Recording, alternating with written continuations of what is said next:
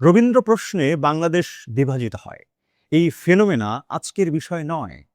পাকিস্তান আমল থেকে যার সূত্রপাত আজও তা বহমান। এখন এটি বেশি টের পাওয়া যায়, যার কারণ সামাজিক যোগাযোগ মাধ্যম। কিন্তু বিষয়টি এই সমাজের মধ্যে সবসময় ছিল। এবারের 25শে বৈশাখকে ঘিরে বেশ কয়েকটি ঘটনাও আসলে ঘটল। অথচ রবীন্দ্রনাথ গীতাঞ্জলি লিখে নোবেল পেয়েছেন, অনেক বড় সাহিত্যিক হয়েছেন, কিন্তু তিনি সেখানে ব্রিটিশদের তোষণ করে নোবেল পেয়েছেন।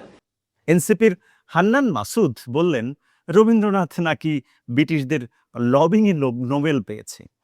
একদল স্বঘোষিত বুদ্ধিজীবী প্রতি বছরের মতো এবারও রবীন্দ্রনাথ কিভাবে এত চর্চায় থাকেন তা নিয়ে প্রশ্ন তুললেন। কেউ কেউ আবার প্রধানমন্ত্রী তারেক রহমানের বাণীকে বিতর্কে তুলতে চাইছেন।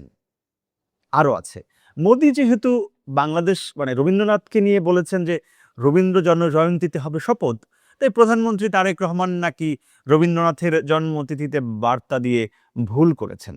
কথা অফুরান, কিন্তু যুক্তি তাদের খুবই দুর্বল। স্বাধীনতা পরবর্তী সময়ে রবীন্দ্রনাথকে ঘিরে রাজনীতি বড় করে ছিল। পাকিস্তানে বয়ানে এখনো চলছে রবীন্দ্র বিদ্বেষ।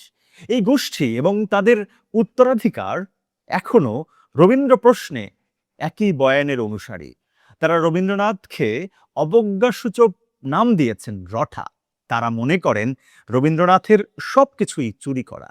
তিনি বাংলাদেশের মানুষের বিদ্বেষী ছিলেন, তিনি কাজী নজরুল ইসলামের চেয়ে ছোট কবি, এরকম নানা কিছু।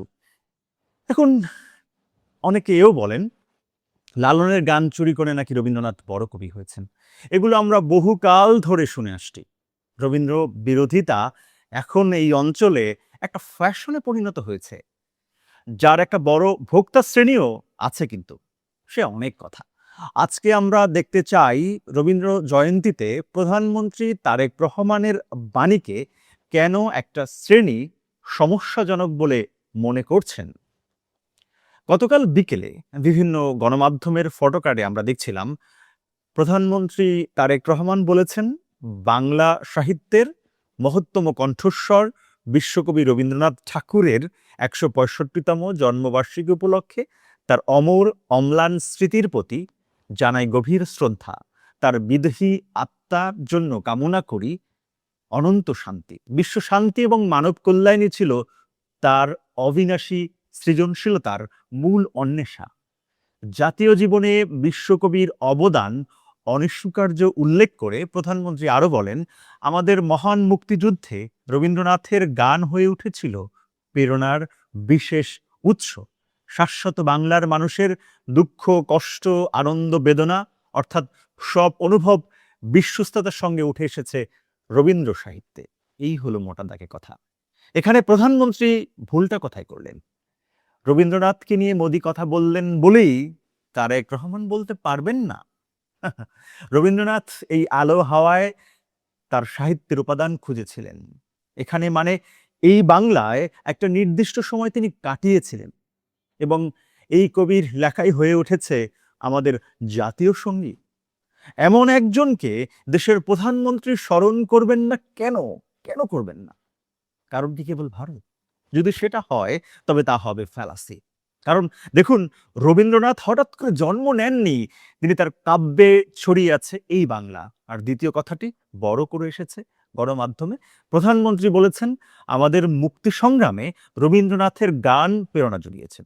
আসলে মনে রাখতে হবে, বাংলাদেশের মুক্তিযুদ্ধ কেবল রণাঙ্গনে হয়নি, কিন্তু হয়েছিল সাংস্কৃতিকভাবেও।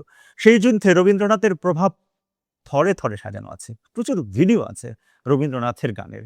মুক্তির গানে এই ডকুমেন্টারিতে অসংখ্য উদাহরণ সেখানে আছে। জল করা সত্যকে মিথ্যার বয়ান তৈরি করার চেষ্টা তো পাকিস্তানিদের ছিল। এই যুগে এখনো এগুলো চলছে। সেখানে রবীন্দ্রনাথকে নিয়ে রাজনীতি হলো মূলত লুজারদের রাজনীতি, মীমাংসিত সত্যের বিরুদ্ধে মিথ্যা বয়ান প্রচেষ্টার রাজনীতি। দেখুন, এই যে চাঁদ, এটা বিশ্বের সকল মানুষের, তাই তো? কিন্তু আপনি যদি নিজের দাবি করেন, ভুল কি হবে? সবাই যদি মনে করে চাঁদ তার, তাতে কোনো সমস্যা কি আছে?